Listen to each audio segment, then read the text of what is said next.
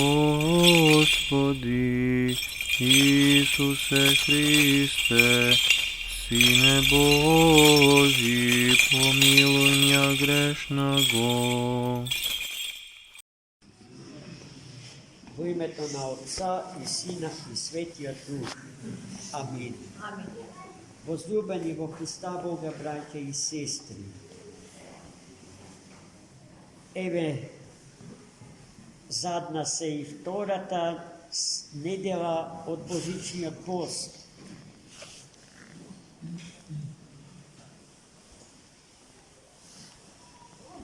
Постот го поминуваме во доброволно само откажување од се оноа што во нас ги разгорува страстите. А за страстите и за смртта многу пати сме рекле се две содржини несовпадливи со нашата природа. Страстите и смртта се непријатели на нашата природа и личност од Бога создадени. Ако можам по некоја аналогија да ги споредам со она што во медицината се вирусите и бактериите за тело. Туги, страни тела, нив организмот не ги препознава како своји, поради што ги активира сите одбранбени механизми за да го спаси телесниот и душевниот организам од наездата на се што му е противно и непријателско, односно смртоносно за него. Во постот се ослободуваме од не само од сите гревовни талози, туку се оградуваме и од се она што ги подхранува опасностите што не туркаат во болест и во смрт. Затоа постот и молитвата се две доминантни содржини на христијанскиот живот во постните периоди.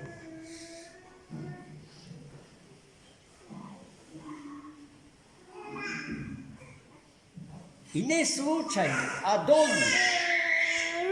тие вредности не се доаѓа без покаяние, без исповед, без прошка на собствените и на тугите гревови.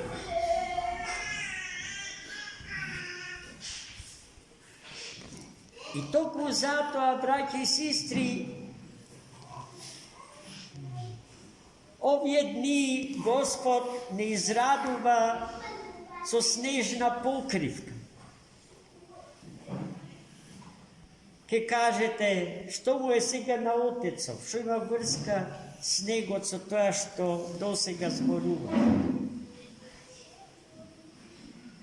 Врската е во тоа што снегот со својата чистота и белина не подсетува на се она што досега кажа. Снегот од Бога ни се дава за да не подсети за светото покаяние, за потребата и душите наши да забелеат како белината на снегот и да засветлат како светлината на сонцето и да им бидат показ на сите браќа и сестри во овој наш град и насекаде во светот за патот по кој што треба да се движи. А патот по кој што треба да се движиме е патот на љубовта, патот на милоста. Се она за што денешното Свето Евангелие ни зборуваше. А денешното Свето Евангелие, напишано од раката на светиот апостол и евангелист Лука, ни соочува со една појава која што е премногу зачестено присутна во животот на современиот човек, за да не биде препознаена како наша вистина. Од тоа што за жал треба да се, односно на радост да се ослободиме час поскоро. Себичноста, свртеноста кон себе си, егоизмот, кој што поприма вкус на солипсизам, крајна форма на заљубеноста во себе си, кога човекот само себе си се признава за вистински постоечки, а се друго што го окружува не постои, иако постои смета. Сетете се на Сартар и неговото кажување за ближниот. Мојот ближен е мојот пеко. Се зборови на тој голем француски мислител и екзистенцијалист. Но, драги мои, солипсистот допушта да постојат и другите само под еден услов, доколку постојат за да му служат нему. Па гледајте дали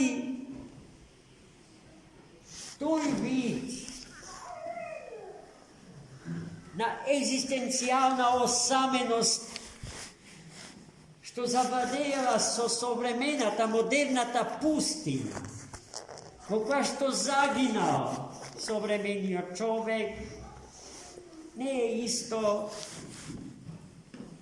со она што денеска го чувме во евангелската перикопа на свети апостол и евангелист Лука. Еден самаријанин, вели апостолот, слегувајќи од Ерусалим на Каерихон, налетал на разбойничка банда, која што без никаква причина се разбира. Откако го пресретнала, го соблекла и му нанела тешки рани, телесни. До тој степен човекот бил злоставуван, што потем бил фрлен крај патот, ни жив, ни мртов, како што се изразува евангелистот Лука. И гледајте неговата трагедија, односно трагедијата на гордиот нарцис од човек почнува од сега наваму. Покрај него поминува свештеник, свештено лице, богослужител во старозаветната скинија. Ладнокрвно го погледнал и продолжил. Во него не се пробудило чувство на тага, на жалост, на смилост. Веднаш после свештеникот поминал левитот, а од левитското колено на 12 еврејски колена произлегуваат свештениците. Како и свештеникот пред него, ладнокрвно го погледнал и во него не се побудило чувство на сомилост и сострадание. Си отишол. Го оставиле човекот буквално да умре. Нивни соплеменик, член на еврејскиот народ, собрат нивни и по дух и по тело, по сите можни основи. И сега гледајте, доаѓа третиот минувач, кој што не е евреин, туку самаријанин. А еврејскиот и самаријанскиот народ, познато ни е, воопшто не комуницирале, бидејќи за евреите, самаријаните биле хетеродоксни, иноплеменици, со кој што не смее да се стапува во каква годе врска и комуникација. Токму тој и таквиот самаријанин, кога го видел ранетиот човек пребиен од разбойниците, го сопрел добитокот на кој што јавал слегол, му ги исчистил раните со вино и со елеј, му помогнал да се соземе, да си ја врати верата во животот и надежта во добрината човечка. Го качил на својот добиток и слегол во блискиот град. И таму влегол во гостилница, во која што му ги пружил останатите неопходни неги за сочувување и за спас на животот на тој човек. И откако се направил што може еден човек да направи, извадил 2 сребреника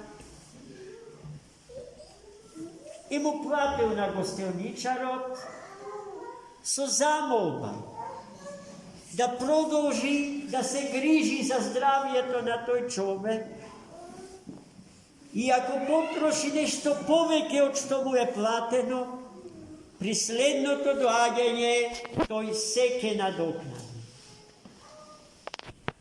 Христос го праша младиот и образован правник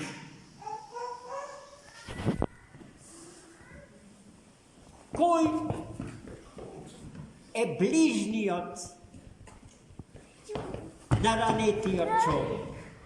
Кој од тројцата луѓе му е најблизо? А пред тоа,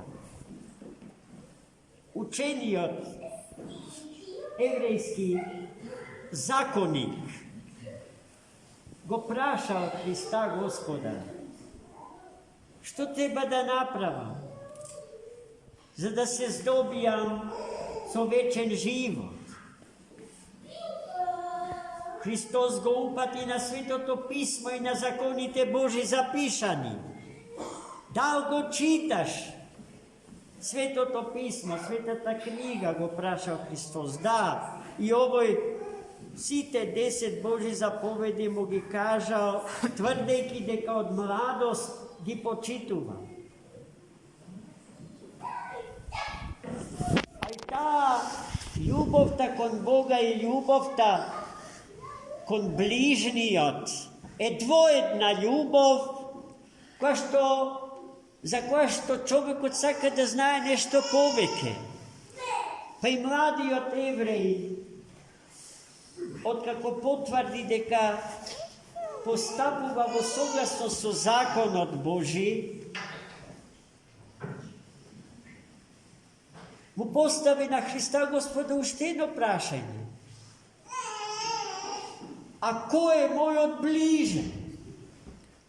За потоа Христос да му ја раскаже повеста за милостивиот Самаријанин и да му го постави последното прашање. А кој од тројцата е ближен на тој човек? Младиот евреин ја кажал вистината, која што била незаобиколна, неизбежна. Третиот, Самаријанинот, кој што ниту по вера, ниту по тело е во врска со тој човек. Тој му е ближен. Па гледајте, најмили мои, дали се исплати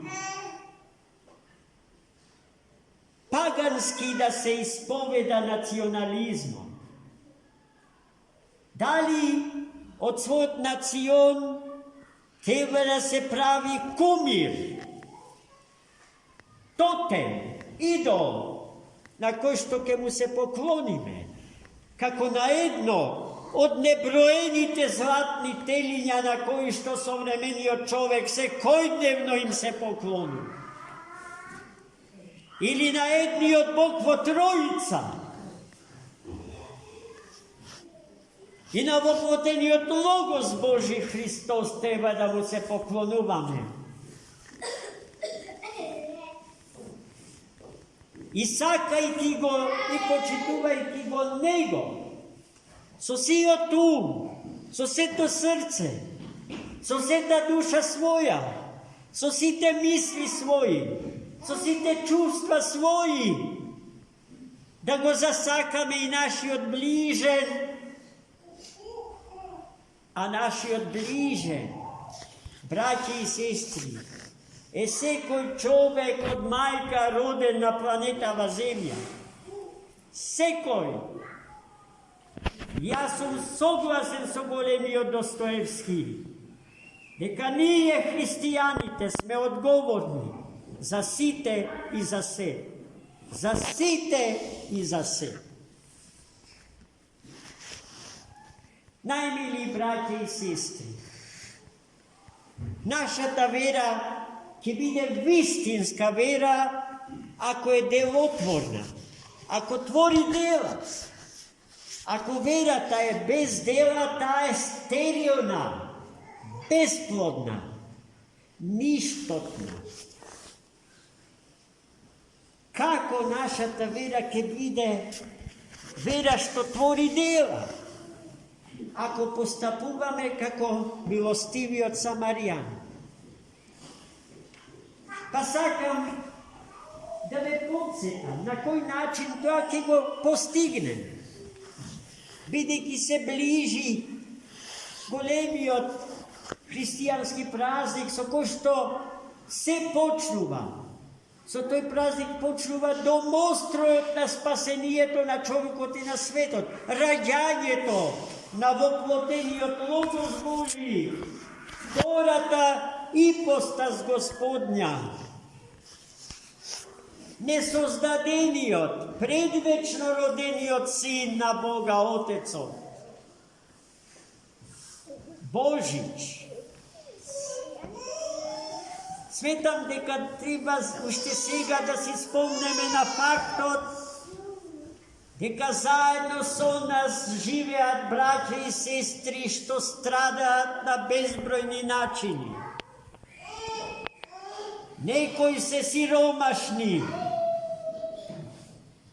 некои се болни, немаат лекови, смрзнуваат бидејќи дрва и огрев нема. Некои се гладни, некои боси и необлечени, некои по затвори и по болници. Ние како литургijska заедница, предводени од Мајката Божја, домакинката на ова светилиште, од поодамна имаме создадено една скромна касичка за сите тие браќа и сестри наши што страдаат. Знаеме дека ниеден социјален случај на ниеден брат или сестра наша не можеме да го решиме дефинитивно. А и можеме, како милостивиот Самарјанин, врз раните на тие луѓе да ставиме елеј и вино. Елејот и виното се нашата љубов, нашата жртва, нашата подготвеност да сострадаме со браќата и сестрите што страдат.